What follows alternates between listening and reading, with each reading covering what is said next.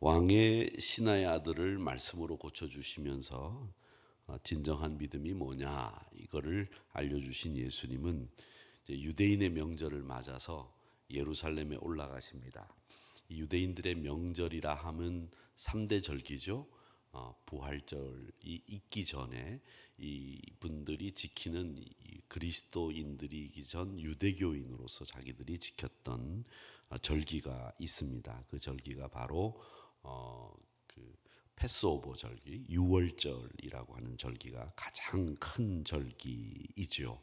그리고 그 유월절을 지나고 난 뒤에 50일째 그리고 일곱 번째 주일이 지난 날부터 지키는 오순절, 그리고 마지막 가을에 지키는 수장절, 초막절, 이 세 절기가 유대인들의 가장 큰 명절입니다. 그 명절에는 무조건 이스라엘 사람들은 예루살렘으로 올라가는데 그 명절을 맞아서 예루살렘으로 예수님이 올라가셨습니다. 거기서 이제 오랜 기간 동안 병을 앓던 환자를 치유하시는 세 번째 표적을 보여주시는데, 이날이 마침 안식일이었습니다. 그래서 이 안식일 날 일하는 것으로 이 사람을 죽이려고 하는 마음을 먹은 거죠. 예수를 죽이자 이렇게 마음을 먹은 겁니다. 지금도 저는 그런 경험을 한 적이 있었는데, 이스라엘 성지순례를 갔다가 회당 앞에서 그 안식일이었습니다. 회당 앞에서 저희들 같이 갔던 그때는 대학원생들이었던 것 같은데, 대학원생들 중에 한 명이 수첩을 꺼내서 가이드가 이야기하는 걸 이렇게 적고 있으니까 그걸 옆에서 지켜보던 그 안내하는 이스라엘 사람이 나와서 너희들 오늘 여기 못 들어온다. 수첩에 글 적는 거 그만둬라. 나가라. 그래가지고 그 회당을 못 들어가고, 그 사람이 수첩에서 글을 쓰는 바람에 못 들어가고 돌아 나왔던, 거기서 더 이상 성지순례를 하지 못하고 스톱을 하고 다른 코스로 갔던 기억이 납니다. 그만큼 이 안식일에 무언가를 하는 것에 대해서는 유대인들은 지금도 아주 철두철미하게 방해하고, 또 철두철미하게 우리 입장에서는 방해죠. 그 사람들 입장에서는 지키려고 하는 이런 절기가 이 안식일이라고 하는 것인데, 이 안식일 날 병을 고쳤으니 이 유대인들이 그 당시에는 더 말할 나위도 없었겠죠.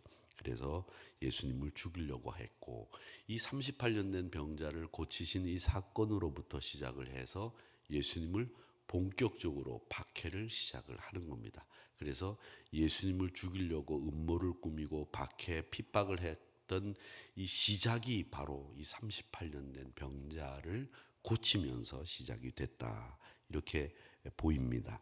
자, 그런데 예루살렘에 올라가면 양들이 들어가는 문이 있거든요. 그걸 양문이라고 합니다. 게이트 오브 쉽이라고 하는데, 그 양문 곁에 베데스다라고 하는 못이 있습니다. 지금도 이스라엘에 가보면 베데스다 연못가가 있는데 저 밑에 이렇게 있지요. 이 연못이 있는데 그 연못이 이름인 베데스다라고 하는 이름이 은혜의 집이라는 뜻입니다. 은혜의 집. 근데 그 베데스다 못가에서 38년 된 병자뿐만 아니라 많은 병자들이 거기에 모여 있습니다.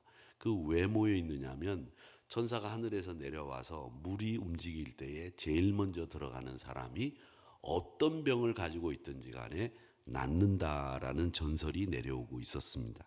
그래서 천사가 정말 내려와서 물을 동하게 하고 물을 움직이게 했는지는 모르겠습니다만은, 거기에 물이 움직이는 순간에 제일 먼저 들어가서 내가 낫겠다 이런 생각을 가진 환자들이 쭉 모여 있는데, 그 환자들이 어떤 사람들이겠어요? 소위 말하는 뭐 의사들이나 누구를 통해서 병을 고칠 수 없는 사람들만 그 자리에 모여 있는 겁니다. 이제 거기에 38년 된 병자가 있는데, 워낙 병이 오래됐고 병이 깊다 보니까 물이 동해도, 즉 움직여도 거기에 들어갈 수 있는 재간이 스스로는 없습니다.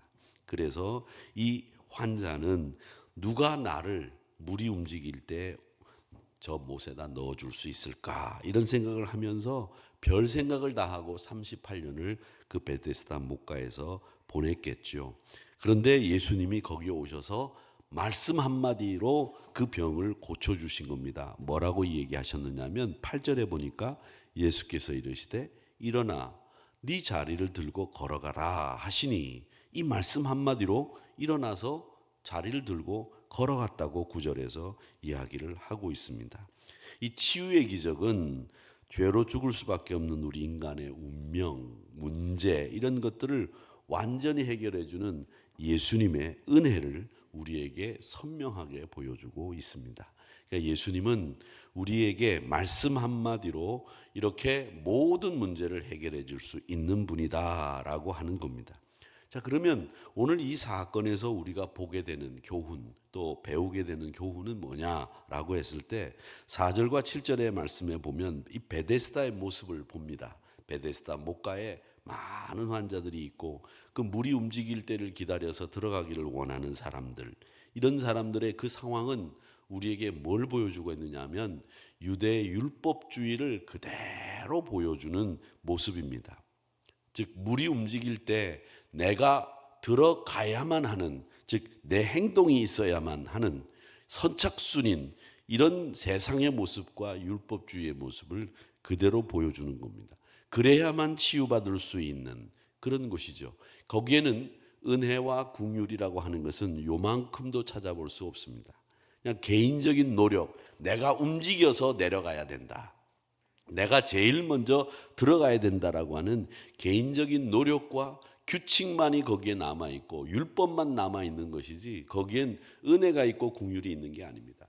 나는 그래도 누가 그러는데 한 5년은 더 살 수 있다고 하니까 너는 이제 하루 이틀밖에 더 못 살 것 같으니까 내가 안 갈 테니까 네가 먼저 가라, 이런 배려도 없어요. 무조건 물만 움직이면 내가 먼저 들어가겠다고 서슬퍼런 눈으로 물이 움직이기만을 기다리는 경쟁, 약육강식, 정글과 같은 법칙이 통하는 곳이 그런 곳이었다, 베데스다였다라는 겁니다. 거기에 은혜가 있고 배려가 있고 이해가 있고 양보가 있습니까? 없습니다. 내가 먼저 들어가야 된다. 그러니까 그런 면에서 이 베데스다 목가는 은혜의 집이 아니라 경쟁의 집이고 약육강식 정글의 집입니다. 완전히 강한 자만 살아남고 움직일 수 있는 사람만 살아남을 수 있는 곳이었다는 거죠. 그게 뭐였느냐? 유대 율법주의들이 가지고 있는 특징이었다라고 하는 겁니다. 그런데 거기서 예수님이 내 자리를 들고 일어나 가라, 걸어가라 라고 말씀을 하시면서 치유의 은혜를 베풀어 주시고 그 베데스다를 은혜의 집으로 만들어 주셨다라고 하는 거죠. 우리가 구원받은 것도 마찬가지입니다. 내가 무슨 자격이 있어서 나는 공부를 많이 했어, 나는 참 똑똑해, 나는 원래 본심이 착한 사람이야, 그래서 예수님이 나를 예수 믿게 하셨고 구원받게 하셔서 나는 할아버지 때부터 예수 믿었기 때문에 내가 어머니 뱃속에서부터 택함을 받아서 내가 예수 잘 믿는 사람이 됐고 목사가 됐다? 아니에요. 하나님의 은혜요, 예수님이 우리에게 베풀어 주신 아무 공로 없이 우리가 서 있는데도 불구하고 우리를 불러주셨고 우리를 자녀 삼아 주셨고 우리를 목사 삼아 주셨다는 거죠. 그건 하나님의 은혜지 내가 가지고 있는 자격과 내가 가지고 있는 무슨 행동을 통해서 보시고 이거 괜찮다, 싹이 보이네, 이래서 하신 게 아니라는 겁니다. 그게 구원이 갖고 있는 진정한 의미라고 하는 겁니다. 냉정한 경쟁만 있는 세상에서, 그리고 약육강식과 같은 정글 같은 세상에서 내가 먼저 들어가냐 네가 먼저 들어가냐 이렇게 서로 눈치를 보면서 빨리 들어가기를 원하는 그 목가에는 경쟁만 있고 서로 밟고 나만 나아야 되겠다라는 생각을 가지고 있는 곳이었다라고 하는 겁니다. 그런데 이렇게 병이 낫고 난 뒤에 유대인들의 반응을 보십시오. 그 반응도 철저히 율법주의예요. 뭐라고 얘기하느냐면 안식일에 자리를 들고 가는 것이 옳지 않다는 겁니다. 병 나은 본질, 고침받아야 되는 사람들이 많은데 그 고침받아야 되는 그 본질을 얘기하지 않고 자기들이 가지고 있는 법조문에 있는 율법 하나에 매여서 정말 사람이 나아야 되고 그 낫는 것을 행복하고 기쁘게 생각하는 것에 대해서는 전혀 안중에 없다는 겁니다. 여러분, 이겁니다. 율법주의가 가지고 있는 가장 크고 끔찍한 문제는 본질에서 벗어나 있다는 겁니다. 하나님의 뜻에 전혀 상관없는 인간의 자의적인 해석에 매달려 있다는 겁니다. 이게 율법주의가 가지고 있는 끔찍한 모습입니다. 병에 놓인 사람을 보고 축하해주고, 야, 너 38년 동안 병 앓더니 나았구나. 정말 잘했다. 야, 너 병 낫고 나니까 얼마나 좋냐. 나도 기쁘다. 이렇게 말하는 게 인지상정이고 사람의 모습이어야 하죠. 그런데 그건 안중에도 없고 그 병을 왜 안식일에 고쳤느냐를 가지고 시비를 거는 모습을 본다는 겁니다. 여러분, 우리 인간들이 가지고 있는 한계가 바로 이런 겁니다. 율법주의가 가지고 있는 율법 그 자체를 문자적으로 해석하는 그 율법주의의 민낯을 우리가 보게 되는 겁니다. 이게 인간들이 가지고 있는 생각이기도 합니다. 자, 그런데 여기서 또 하나 더 충격적인 사실을 보게 되는데 그게 뭐냐? 이게 예수님이 누구인지, 자기를 고친 사람이 38년 된 명자가 고침받고 누가 자기를 고쳤는지 몰랐어요, 처음에는. 그런데 나중에 성전에서 예수님이 자기 병을 고쳤다라는 것을 알게 되고 그 이름이 나사렛 예수라는 것을 알게 되었습니다. 보시기 바랍니다. 뭐라고 얘기하느냐면 그들이 묻되 12절 너에게 자리를 들고 걸어가라 한 사람이 누구냐 하되 고침을 받은 사람이 13절에 그가 누구인지 알지 못하니 처음에는 몰랐어요. 그런데 14절에 그 후 예수께서 성전에서 그 사람을 만나 이르시되 다시 성전에서 만났습니다. 그랬더니 예수님이 그 사람에게 뭐라고 얘기하시냐면 보라 네가 나았으니 더 심한 것이 생기지 않게 다시는 죄를 범하지 말라 하시니 이 사람의 병의 근원은 여러 가지 이유로 병이 생깁니다. 병이 생기는 이유는 자기가 죄를 범해서 병이 생기기도 하고 또 그렇지 않은 경우도 더 많습니다. 그런데 이 사람의 경우는 죄를 범해서 그 대가로 하나님이 징계를 내리신 것 같아요. 그러니까 예수님이 그걸 아시고 다시는 네가 38년 된 병과 같은 이런 병을 앓지 않도록 주의해라, 조심해라 이렇게 말씀하신 거예요. 그런데 이 사람이 그 이야기를 듣고 화가 났습니다. 그 반응이 어떻게 나왔느냐면 안식일을 어겼다고 꾸짖었던 유대인들을 찾아갔어요. 그래가지고 뭐라고 얘기하느냐, 나를 고친 사람이 나사렛 예수라고 합디다. 그렇게 고발을 하는 겁니다. 여러분, 그게 사람의 모습이죠. 이게 바로 우리가 보는 우리 인간들이 가지고 있는 민낯이고 율법주의가 가지고 있는 민낯의 모습입니다. 유대인들을 찾아가서 이 병을 고친 사람이 나사렛 예수입니다. 안식일에 그 일을 할 수 있습니까? 거기에 동조하면서 자기를 고친 사람 38년 된 병을 무려 38년 된 병을 고쳐줬는데도 불구하고 가서 예수를 고발하는 이런 행태를 보이는 38년 된 병자, 예수님이 다시는 더 심한 병이 생기지 않도록 조심하라고 말할 만한 사람이었구나 이런 생각이 드는, 도무지 신뢰라고는 요거만큼도 할 수 없는 사람이 38년 된 병자였다라고 하는 것을 볼 수 있다 하는 겁니다. 그리스 속담에 두 발로 걷는 짐승은 절대 믿지 마라라는 말이 있습니다. 이런 말이 있는데 이 사람을 이렇게 믿어 봐야 되는데 이렇게 믿을 수 없는 사람들의 모습을 보는 겁니다. 여러분, 38년 된 병을 고쳤다? 이건 돈으로도 해결할 수 없는 문제 아닙니까? 그런데 그렇게 자신의 죄를 지적받으니까 바로 예수님을 거역하고 완강히 저항하는 죄인의 모습을 우리가 볼 수 있다라고 하는 거죠. 우리 2025년을 살아가는 기독교인들 역시 율법주의의 망령에 사로잡힐 수 있습니다. 하나님의 의도, 하나님의 뜻보다는 자기의 해석, 종교적인 규율 이런 걸 더 중요하게 생각하는 시대에 살고 있는 경우들이 있다는 겁니다. 여러분, 율법이 중요합니까? 법이 중요합니까? 사람을 고치는 게 중요합니까? 그런데 우리는 전후좌우와 앞뒤를 모르는, 그리고 뒤와 앞을 모르는 이런 신앙생활을 하면서 우리가 율법의 조문에 매이고 또 관습에 매이고 이런 경우들이 많다는 겁니다. 제가 주일날도 말씀을 드렸지만 우리가 가지고 있는 좋은 전통 관례들이 있습니다. 그 관례들이라고 하는 것은 그 관례를 만든 좋은 의미들을 이야기하는 겁니다.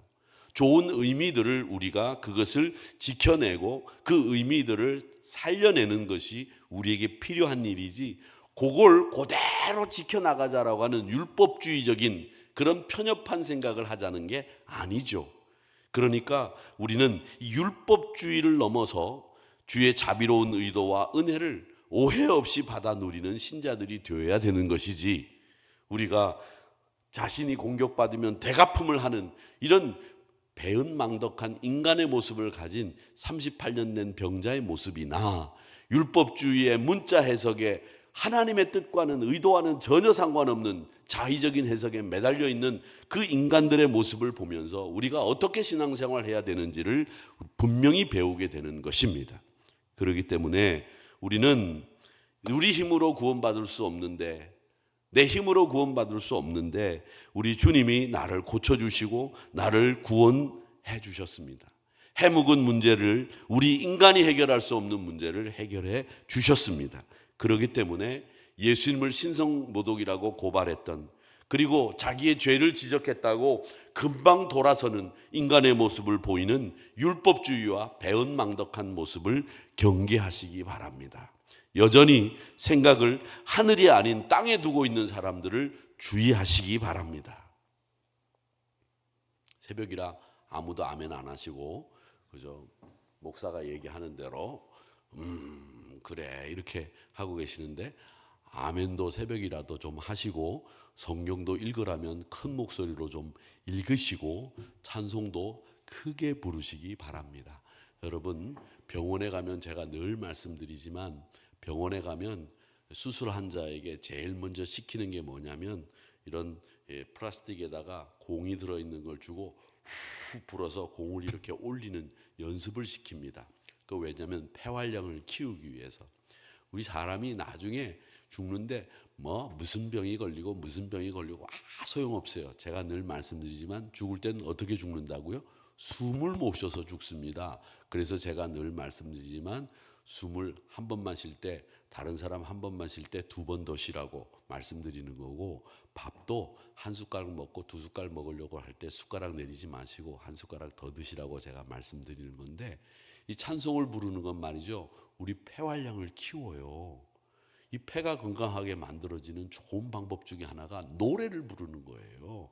이 노래를 부르는 사람들이 장수하거든요. 그러니까 우리가 매일 노래를 부를 수 있는 이런 좋은 자리에 있는데, 찬송을 부를 때 크게 찬양을 하면서 기쁨으로 노래를 부르면서 내 폐도 건강하게 만들고 하나님도 찬양하면서 기쁨이 넘치게 그렇게 찬양하면 되는데, 찬양도 안 하고 입 다물고 앉아 있고 아멘 하라고 그러는데도 그건 네 말씀이니까 내 말씀 아니라고 하고, 새벽기도 나와가지고 눈만 부릅뜨고 앉아 있다가 갈 거면 뭐하러 나오십니까? 이런 말씀을 드리고 싶은데, 이런 좋은 말씀 앞에서는 그 말씀이 내게 이루어지이다 아멘 하시기 바랍니다. 여러분, 그래서 하나님이 나를 구원해 주셨고 하나님의 은혜를 즐거이 사모하는 우리 천국 백성으로 사시기를 바랍니다. 그렇죠. 이렇게 하셔야죠. 저는 여러분들이 천국 백성으로 행복하고 기쁘게 살기를 원합니다. 여러분 모두가 복받기 원하고 여러분 모두가 하나님의 은혜로 사시기를 바랍니다. 그렇게 돼야 되는데, 그런 말씀 앞에 다른 거는 여러분 회개하세요. 이거 회개할 죄도 없는데 왜 목사가 아침부터 회개하라고 하느냐, 이렇게 얘기할 수 있으니까 거긴 아멘 안 해도 돼요. 그런데 여러분 천국 백성으로 사시기를 축원합니다 그러면 아멘 하세요. 그게 내 말이 돼야 되니까, 내가 돼야 되니까 아멘 하셔서 큰 은혜가 넘치는 그런 복된 하루가 되시기를 축복합니다. 그래서 오늘 이 말씀을 보면 말이죠, 항상 율법주의는 경계하시고 이 땅이 아닌 하늘을 바라보면서 구원자가 아닌 죄에 고정시킨 우리의 시선을 예수님에게 고정시키시면서 하늘 은혜를 즐거이 사모하는 우리 하늘이 성도님들이 다 되시기를 바라면서, 율법주의가 가지고 있는 문제가 뭔지를 정확히 오늘 이 말씀이 보여주고 있습니다. 신앙 형식에 얽매인 것이 아니라 말씀의 참된 의도와 하나님의 뜻을 아는 그 말씀에 순종하는 저와 여러분이 다 되시기를 주님의 이름으로 축복합니다.